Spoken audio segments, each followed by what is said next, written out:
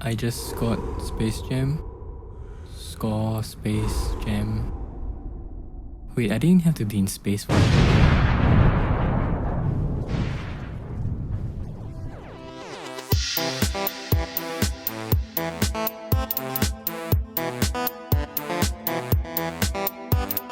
I took part in Score Space Jam number 18 and the theme was magnetic. I just uploaded a gun monkey video, which if you haven't seen, you should watch after this video. So I didn't have the full mental capacity to think of any unique concept. So I just started prototyping first. I made a simple character that could attract and repel certain objects. The object would be used to defeat the oncoming enemies chasing the player, but the object would also damage the player. After playing with it for a bit, it wasn't very fun, so I made the enemies get attracted and repelled instead. And the way to damage them would be to make them clash into each other. Since this was going to be an arcade game, I wanted to implement another mechanic to keep the gameplay interesting. I added a leveling and upgrade system to spice it up a bit. The player would gain experience and money whenever they defeat an enemy, and once they level up, they can use the money to purchase any upgrades that they can afford. The upgrades were stackable, so to make it feel like there's actual player progression. And once all the gameplay stuff was done and finalized, it was time for some art.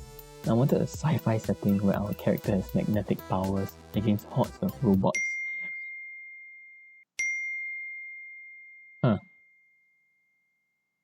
Okay, so I knew I wanted the pixel art style.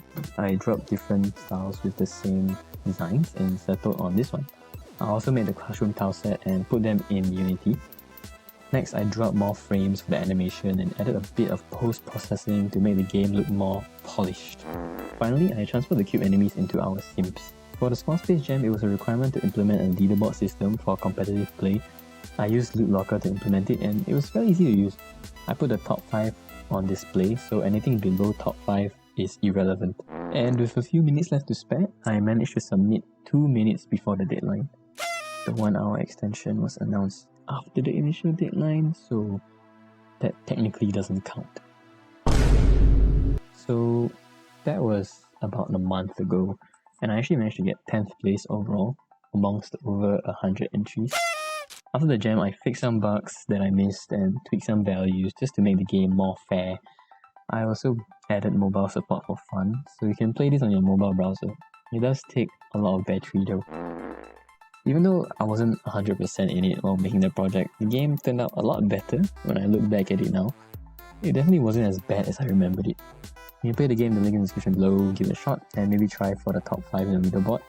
I'm not even in the top 5 of my own game, but that's it. So like, comment, subscribe, and I'll see you in the next one. Bye!